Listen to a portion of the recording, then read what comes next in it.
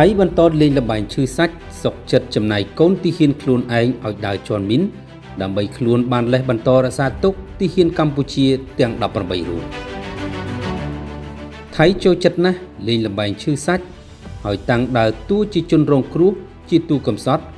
រួចទម្លាក់កំហុសមកលើកម្ពុជាគេនៅចាំមិនភ្លេចទេថាឈ្នួនផ្ទុះសង្គ្រាមឈ្លានពានកម្ពុជានៅតាមបន្ទាត់ព្រំដែនកាលពីចុងខែកក្កដាកន្លងទៅនេះ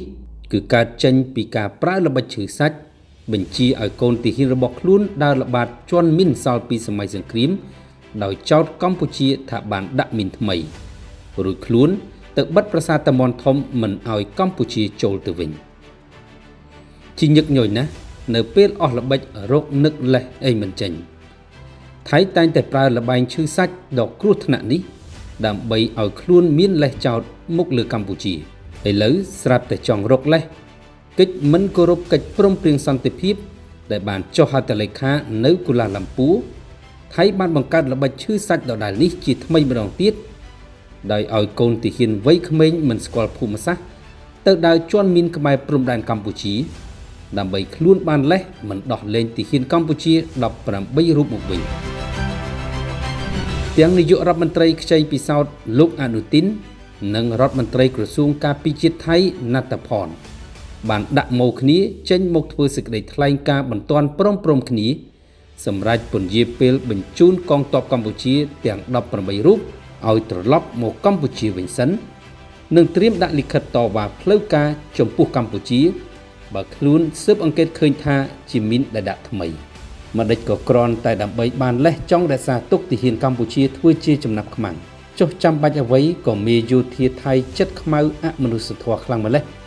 ហ៊ានលះបង់អាយុជីវិតទីហ៊ានរបស់ខ្លួនដែលមិនដឹងអីសោះឲ្យទៅរងរបួសពិការអស់មួយជីវិតដោយសារតែការជន់មីនសល់ពីសង្គ្រាមស៊ីវិលរាប់ទសវត្សរ៍មកហើយកម្ពុជាធ្លាប់បានបញ្ជាក់ច្រើនលើកច្រើនសាររួចមកហើយថាកម្ពុជាបានគោរពយ៉ាងខ្ជាប់ខ្ជួនចំពោះការអនុវត្តនៅអនុសញ្ញាអូតាវ៉ាចាប់តាំងពីក្លាយជារដ្ឋភាគីនៃអនុសញ្ញាអូតាវ៉ានៅឆ្នាំ2000មកដោយមិនបានប្រើប្រាស់មីនថ្មីហើយក៏គ្មានហេតុផលអ្វីដែលកម្ពុជាត្រូវដាក់មីនថ្មីដើម្បីប្រឆាំងមនុស្សជាតិនោះដែរបទឈប់បាញ់មានហើយកិច្ចព្រមព្រៀងសន្តិភាពក៏បានចុះហត្ថលេខារួចរាល់ហើយដែរ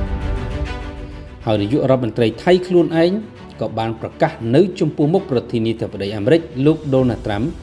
ចំពោះមុខនាយករដ្ឋមន្ត្រីកម្ពុជាសម្ដេចមហាបវរធិបតីហ៊ុនម៉ាណែតនាយករដ្ឋមន្ត្រីម៉ាឡេស៊ីលោកអាន់វ៉ាអ៊ីប្រាហ៊ីមនិងចំពោះមុខពិភពលោកហើយថាខ្លួននឹងដោះលែងទាហានកម្ពុជាទាំង18រូបភ្លាមនៅក្រៅចុះហត្ថលេខាលើកិច្ចព្រមព្រៀងសន្តិភាពនៅកូឡាឡាំពូកាលពីចុងខែតុលាកន្លងទៅតែមកដល់ថ្ងៃនេះថៃនៅតែប្រើលេសគ្រប់បែបយ៉ាងនិងមិនបានអនុវត្តនៅអ្វីដែលបានឯកភាពគ្នា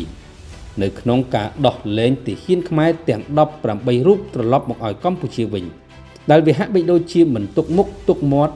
និងមិនខ្វល់ពីសម្ដីប្រធានាធិបតីសហរដ្ឋអាមេរិកលោកដូណាល់ត្រាំដែលប្រាប់ច្បាស់ឲ្យថៃដោះលែងទាហានកម្ពុជាទាំង18រូប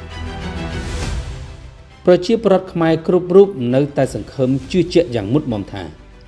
រដ្ឋាភិបាលថៃនឹងគោរពពាក្យសម្ដីរបស់ខ្លួនដែលបាននិយាយនៅចំពោះមុខប្រធានាធិបតីលោកដូណាល់ត្រាំប្រធានអាស៊ាននៅក្នុងការអនុវត្តនូវស្មារតីកិច្ចព្រមព្រៀងសន្តិភាពឲ្យបានពេញលេញជាមួយនឹងកម្ពុជា